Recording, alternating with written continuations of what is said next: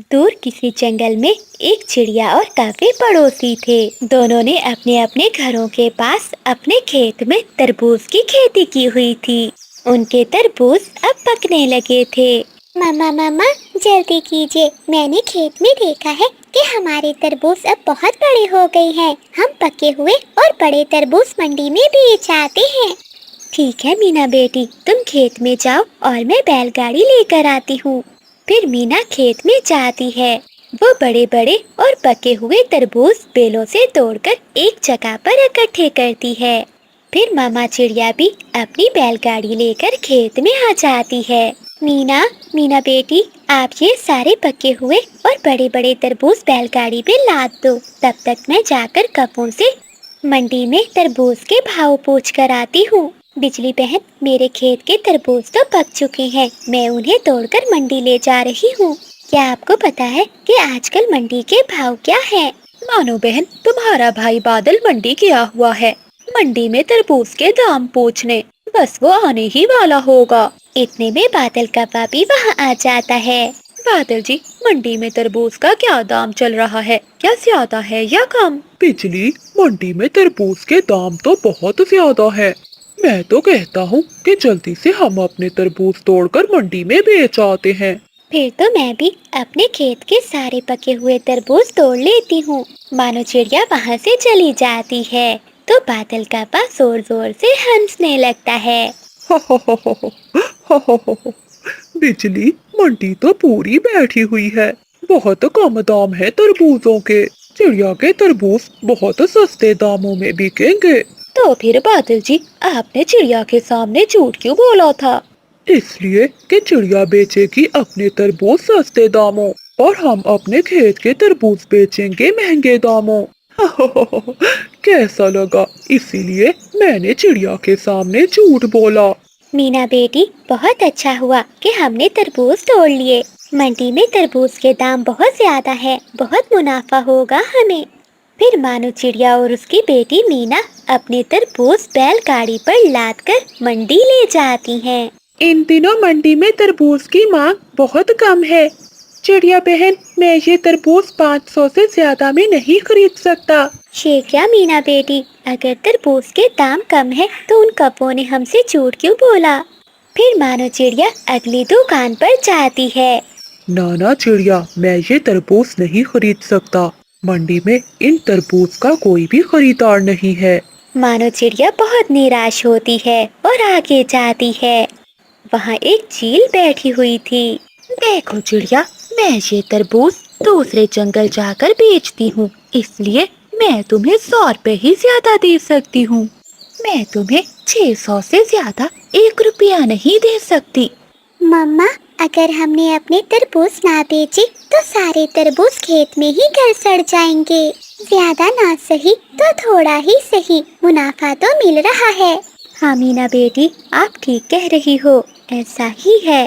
फिर मानो चिड़िया वो सारे तरबूज चील चाची को बेच देती है और पैसे लेकर अपने घर को लौट जाती है। दूसरे दिन कापा और कापी खेत में बैठे हुए थे। मानो चिड़िया उनके पास जाती है। बादल, तुमने तो कहा था कि मंडी में तरबूज के दाम बहुत ज्यादा हैं। चिड़िया, मैंने तो तुमसे मजाक किया था ताकि तुम्हारे तरबूज कम दामों में बिक जाएं। कपो, आप दोनों जो भी कर लो, मुझे मेरे भाग्य का मिल ही जाएगा। भूखी बूढ़ी फाख्ता कपों के पास आती है। कपो, मैं बहुत भूखी हूँ, मुझे एक तरबूज दे दो। चल चल भाग यहाँ से बुढ़िया, ये मुफ्त का माल नहीं है। काफी, तेरे तरबूज खेत में ही सड़ेंगे। फिर वो बूढ़ी फाख्ता चिड़िया के पास जाती है। चिड़िया बेटी, मुझे एक तरबूज दे दो, मैं बहुत भूखी हूँ। माँ जी, एक क्या आप 2 ले जाएं।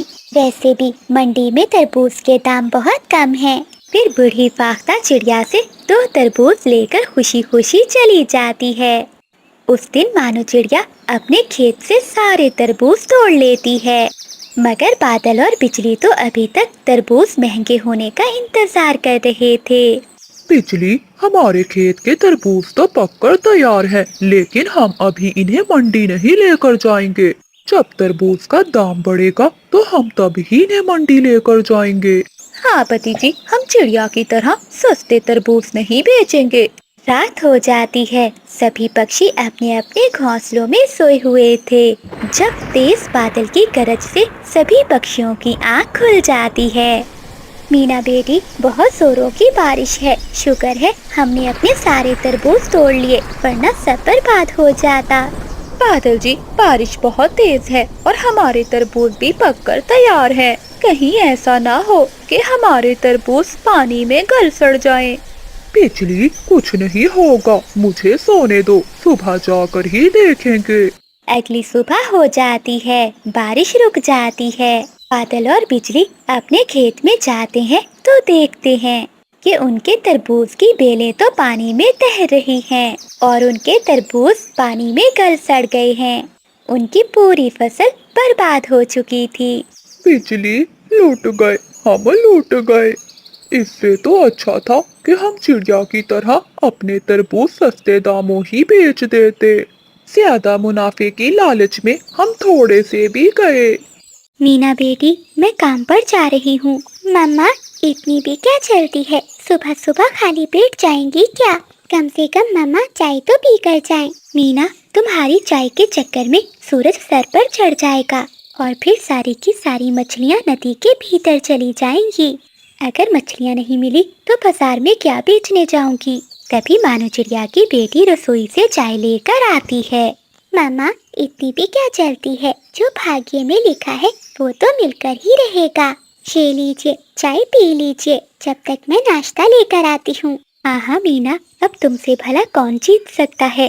फिर मानो चिड़िया चाय पीती है और अपना मछलियों का जाल उठाकर अपने घर से निकलती है। नदी पर मानो चिड़िया का दोस्त कबूतर भी इंतजार कर रहा था। मानो बहन, कहाँ रह गई थी तुम? देखो तो सूरज सर पर चढ़ आया है। अरे कबूतर भैया, क्या करती? तुम्हें तो पता है मीना का, वो मुझे बिना नाश्ते के आने नहीं देती। ठीक है मानो बहन, चलो अब जल्दी से जाल फेंकते हैं। फिर मानो चिड़िया और कबूतर मिलकर नदी में जाल फेंकते हैं। वो सुबह से शाम तक बैठे रहते हैं, लेकिन उनके जाल में एक भी मछली नहीं फंसती। जिसके बाद परेशान होकर कबूतर चिड़िया से कहता है, मैंने तो पहले ही कहा था कि हमें आज देर हो गई है, अब मछलियाँ नहीं मिलेंगी। तुम्हें तो पता है मानो बहन, हमारे घर का चूल्हा इन मछलियों के बेचने से ही चलता है। आज एक भी मछली नहीं मिली, न जाने कहाँ से आएगा राशन। माफ करना कबूतर भैया, मुझे नहीं मालूम था कि हमारी आज की मेहनत जाया जाएगी। हम गरीबों की तो किस्मत ही बुरी है, जो 2 वक्त की रोटी के लिए इतनी मेहनत करनी पड़ती है। न जाने कब हमें छुटकारा मिलेगा इस गरीबी से। चिड़िया बहन, अगर तुम गरीबी से इतनी ही तंग हो तो इस नदी में छलांग लगा दो। क्या मतलब? मानो बहन, सुना है कि इस नदी में एक जादुई जंगल है। ये काम है बहुत मुश्किल, क्योंकि हमारे जंगल के 2 पक्षी गए थे इस नदी में। एक तो लौट कर नहीं आया, जो दूसरा आया था वो मालामाल होकर आया था।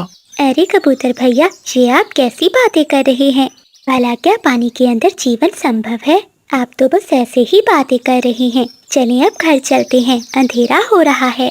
मानो चिड़िया कबूतर की बात को अनसुना कर अपने घर आ जाती है। जब से मानो चिड़िया ने कबूतर की बात सुनी थी, तब से मानो चिड़िया का मन उस जादुई जंगल को देखने का कर रहा था। क्या हुआ मम्मा, आज आपको नींद नहीं आ रही? फिर मानो चिड़िया अपने घोंसले से उड़ती हुई अपनी बेटी को उस जादुई दुनिया के बारे में बताती है। मीना बेटी, तुम मेरे लिए कल रोटी और पानी बांध देना। ऐसी गरीबी में अब हम नहीं जी सकती। तुम भी अब बड़ी हो गई हो, मुझे तुम्हारी शादी भी करनी है, इसलिए मैं अपनी तरफ से एक कोशिश जरूर करूंगी। ठीक है मम्मा, लेकिन अपना ध्यान रखिएगा। मानो चिड़िया और मीना की बातें वहीं से गुजरता हुआ बादल कौवा सुन लेता है। क्या जादुई जंगल? कल मैं भी चिड़िया के पीछे पीछे उस जादुई जंगल में जाऊंगा और फिर जंगल का सबसे अमीर कौवा बनकर लौटूंगा। हो हो। अगली सुबह मीना चिड़िया अपनी माँ को भोजन और पानी की बोतल एक पोटली में बांध देती है। मानो चिड़िया वो पोटली उठाती है और नदी की ओर चली जाती है। बादल कौवा, जो चिड़िया का पड़ोसी था, वो जाते हुए चिड़िया को देख लेता है। वो भी चिड़िया के पीछे पीछे उड़ने लगता है। मानो चिड़िया नदी पर जाती है और पानी में छलांग लगा देती है। तभी मानो चिड़िया उस जादुई जंगल में पहुंच जाती है। बादल कौवा भी चिड़िया को ये सब करता देख रहा था। वो भी चिड़िया के पीछे पीछे छलांग लगा देता है। अरे, यहाँ तो सच में एक जंगल है, और ये क्या, यहाँ तो पक्षी भी रहते हैं। कबूतर भैया ने कहा था कि यहाँ से मालामाल होकर निकलते हैं, लेकिन इस जंगल के पक्षी तो मुझे गरीब लग रहे हैं। चुपकर बादल कौवा भी मानो चिड़िया को देख रहा था।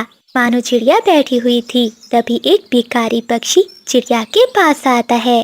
चिड़िया, मैं बहुत भूखा हूँ, क्या तुम्हारे पास कुछ खाने को है तो मुझे दे दो। हाँ हाँ तोते भैया, लेकिन मेरे पास तो ये एक सूखी हुई रोटी है, आप इसे ले लो। घर पर पकाने के लिए सब्जी नहीं थी, इसलिए ये अकेली रोटी ही है। कोई बात नहीं चिड़िया, मैं अपना पेट सूखी रोटी खाकर ही भर लूँगा। ऊपर वाला तुम्हारी सारी मनोकामनाएं पूरी करे। फिर मानो चिड़िया वहाँ से चली जाती है। भूख तो मुझे भी लगी है, तोते से छीन कर खा लेता हूँ रोटी। फिर बादल कौवा भिखारी तोते के पास आता है। अरे ओए मोटी चोंच वाले, इधर दे, रोटी मुझे दे। लेकिन ये रोटी तो मेरी है। तुम्हें बताऊं क्या, तुम्हारी चोंच तोड़ दूंगा, लाओ इधर। फिर बादल कौवा तोते से रोटी छीन लेता है। गंदे दुष्ट कौवे, ऊपर वाला तुम्हें सजा देगा। मानो चिड़िया थोड़ी आगे जाती है, वहाँ एक बूढ़ी फाख्ता बैठी हुई थी। बेटी, जरा इधर आना, मुझे बहुत प्यास लगी है, क्या तुम्हारे पास पानी है? जी जी माँ जी, ये लीजिए पानी। चिड़िया के पास जो पानी की बोतल थी वो उस बूढ़ी फाख्ता को दे देती है। बेटी, बहुत बहुत धन्यवाद, ऊपर वाला तुम्हारा भला करे। मानो चिड़िया आगे बढ़ जाती है, तभी बादल कौवा वहाँ आता है। कौवे बेटा, मेरी बात सुनो, मैं बहुत बूढ़ी और लाचार हूँ, मुझे मेरे घर तक छोड़ाओ। बुढ़िया, जब तू अपने घर तक उड़ नहीं सकती तो घर से बाहर क्यों निकली थी? मुझे तो लगता है मैंने यहाँ आकर गलती की। यहाँ तो कुछ भी नहीं है। चिड़िया तो बोल रही थी कि यहाँ से मालामाल होकर निकलेंगे, लेकिन मुझे तो लगता है कि ये भिखारियों का जंगल है। मानो चिड़िया थोड़ा आगे जाती है तो वहाँ कुछ कबूतर के बच्चे अपने लिए एक घोंसला बना रहे थे। आंटी आंटी, हमारी मदद करें, हमारा तिनकों का घोंसला बना दे। हाँ बच्चों, तुम अकेले ये घोंसला क्यों बना रहे हो? आपके मम्मा पापा कहाँ हैं? आंटी, हम अपने मामा पापा को इस घोंसले का सरप्राइज देने वाले हैं, इसीलिए हम ये घोंसला बना रहे थे। ऐसे मानो चिड़िया उस जंगल में रहने वाले पक्षियों की मदद करती है। मानो चिड़िया थक हार कर एक सूखे हुए पेड़ के नीचे बैठ जाती है। ये कैसा जंगल है, यहाँ के सभी पक्षी तो बहुत गरीब हैं। मैं तो यहाँ अपनी गरीबी के दिन बदलने आई थी, लेकिन मुझसे ज्यादा गरीब इस जंगल में हैं। मानो चिड़िया जिस सूखे हुए पेड़ के नीचे बैठी थी वो अचानक से हरा भरा हो जाता है और उस पर ढेर सारे सोने के सिक्के लग जाते हैं। ये सब देखकर मानो चिड़िया हैरान हो जाती है। मैं इस जादुई जंगल का रक्षक हूँ। जो भी इस जादुई जंगल में आता है उसे गरीबी की दुनिया से होकर गुजरना पड़ता है। तुम्हारा इम्तिहान था और तुम इस इम्तिहान में पूरी उतरी हो। मेरे पेड़ के सारे सोने के सिक्के तुम्हारे हुए। तभी जादुई पेड़ के वो सारे सिक्के एक बैग में भर जाते हैं। चिड़िया, ये सोने से भरा हुआ बैग तुम अपने साथ ले जा सकती हो। अब से तुम्हारे गरीबी के दिन खत्म हुए। धन्यवाद पेड़ जी, मुझे तो लगा था कि ये जादुई जंगल सिर्फ गरीब पक्षियों का है, लेकिन अब समझ में आया ये सब तो एक छल था। इतना कहते हुए मानो चिड़िया वो बैग उठाती है और नदी से निकलते हुए अपने घर की ओर चली जाती है। अरे वाह वाह, चिड़िया को तो मिल गए सोने के सिक्के। अब मेरी बारी है। पेड़ पेड़, मुझे भी सोने के सिक्के दो, मैं भी अमीर होना चाहता हूँ। हाँ हाँ, तुम्हें भी मिलेगा, तुम्हारा इनाम जरूर मिलेगा। तुमने जो बोया है वही पाओगे। पेड़ के इतना कहते ही पेड़ पर से पत्थरों की बारिश होने लगती है। बादल कौवा उन्हीं पत्थरों के नीचे दबकर मर जाता है। मानो चिड़िया अपने घर वो बैग लेकर आती है और अपनी बेटी को सारी बात बताती है। इस तरह एक गरीब मछुआरन चिड़िया का जीवन पूरी तरह से बदल जाता है। फिर मानो चिड़िया अपनी बेटी मीना की शादी धूमधाम से कर देती है। मानो चिड़िया घर के बाहर नलके पर बैठी गंदे बर्तन धो रही थी। कई बार धोने के बावजूद भी बर्तन के जले हुए निशान नहीं जा रहे थे। ए ऊपर वाले, ये बर्तन साफ क्यों नहीं हो रहे? कितनी बार धो लिए। तभी पीछे से मानो चिड़िया की सौतेली माँ आ जाती है। जब वो बर्तन देखती है तो उसे बहुत गुस्सा आता है। अरे ओ महारानी, कितनी बड़ी हो गई है, अभी तक तुझे बर्तन धोने नहीं आए? जरा देखो तो, ये बर्तन तो वैसे के वैसे ही गंदे हैं। माँ, मैंने ये बर्तन बहुत बार धोया है, लेकिन जले का निशान जा ही नहीं रहा। ये सुनते ही चिड़िया की सौतेली माँ उसके पास आती है और उसका जोर से पंख पकड़ लेती है। माँ, छोड़ दीजिए, मैं साफ कर दूंगी। मेरे पंख में बहुत दर्द हो रहा है। ये दर्द मैं तुझे इसलिए दे रही हूँ ताकि तू याद रखे, हर काम ढंग से करना है, न कि बस ऐसे ही पंख चलाने होते हैं। अगर दोबारा ऐसे काम किए तो बहुत बुरा हाल करूँगी मैं तुम्हारा। फिर मानो चिड़िया की सौतेली माँ उसका पंख छोड़ देती है और वहाँ से चली जाती है। मानो चिड़िया वहीं बैठी रोने लगती है। वो फिर से गंदे बर्तन उठाती है और उन्हें रगड़ने लगती है। मैं चाहे जितनी भी कोशिश करूं, लेकिन सबको लगता है कि मैं कुछ भी नहीं कर सकती। शाम हो जाती है। जंगल के पड़ोस में एक दावत होती है। मानो चिड़िया की सौतेली बहन कुछ गुलाब के फूल लेकर मानो चिड़िया के पास आती है। अरे सुन, मुझे इन गुलाब के फूलों का सुंदर सा हार बना कर दो। मुझे शाम के फंक्शन में इन्हीं फूलों से सुंदर गहने पहन कर जाने हैं। लेकिन पारो दीदी, मुझे तो इन फूलों से गहने नहीं बनाने आते। क्या कहा? इतनी बड़ी हो गई और अभी तक तुझे ये फूलों से गहने नहीं बनाने आए? अरे जंगल का हर पक्षी ये काम जानता है। नहीं नहीं पारो दीदी, दरअसल मुझे कभी जरूरत ही नहीं पड़ी। ये सुनते ही मानो चिड़िया की सौतेली बहन भड़क जाती है। वो एक गुलाब के फूल का कांटा तोड़ती है और जोर से मानो चिड़िया के पंख में मारती है। छोड़ दीजिए पारो दीदी, मुझे छोड़ दीजिए, बहुत दर्द हो रहा है। तेरे काम ही ऐसे है कि तुझे बिना मार पीट के कोई काम समझ में नहीं आता। सुना है ना कि लातों के भूत बातों से नहीं मानते। तेरा भी वही हाल है। प्लीज दीदी, छोड़ दो मुझे। फिर सौतेली बहन वहाँ से चली जाती है। मानो चिड़िया वहीं बैठी आंसू पोंछती है और जैसे तैसे करके उन गुलाबों के फूलों से गहने बनाने लगती है। माँ, काश आप मुझे अपने साथ ले जाती। अगर ऐसे ही जिंदगी जीनी है तो मुझे ये जिंदगी नहीं चाहिए। कुछ समय बाद मानो चिड़िया का सारा परिवार दावत में पहुंच जाता है। मानो चिड़िया अकेली खड़ी भोजन खा रही थी। तभी उसकी सौतेली बहन दो पक्षी सहेलियों को लेकर वहाँ आती है। अरे देखो देखो, ये मेरी सौतेली बहन है। अच्छा, ये तुम क्या कह रही हो? देखो तुम कितनी सुंदर लग रही हो और ये तो नौकरानी लग रही है। हाँ हाँ सहेलियों, अगर ये काम ठीक से नहीं करती तो माँ इसे बहुत मारती है। हाँ हाँ पारो से वाले जंगल में जाकर अपनी नई जिंदगी की शुरुआत करते हैं। मानो चिड़िया ने कबूतर को जीना सिखाया, उसे पाल पोस कर बड़ा किया, जिसे कबूतर हमेशा याद रखेगा।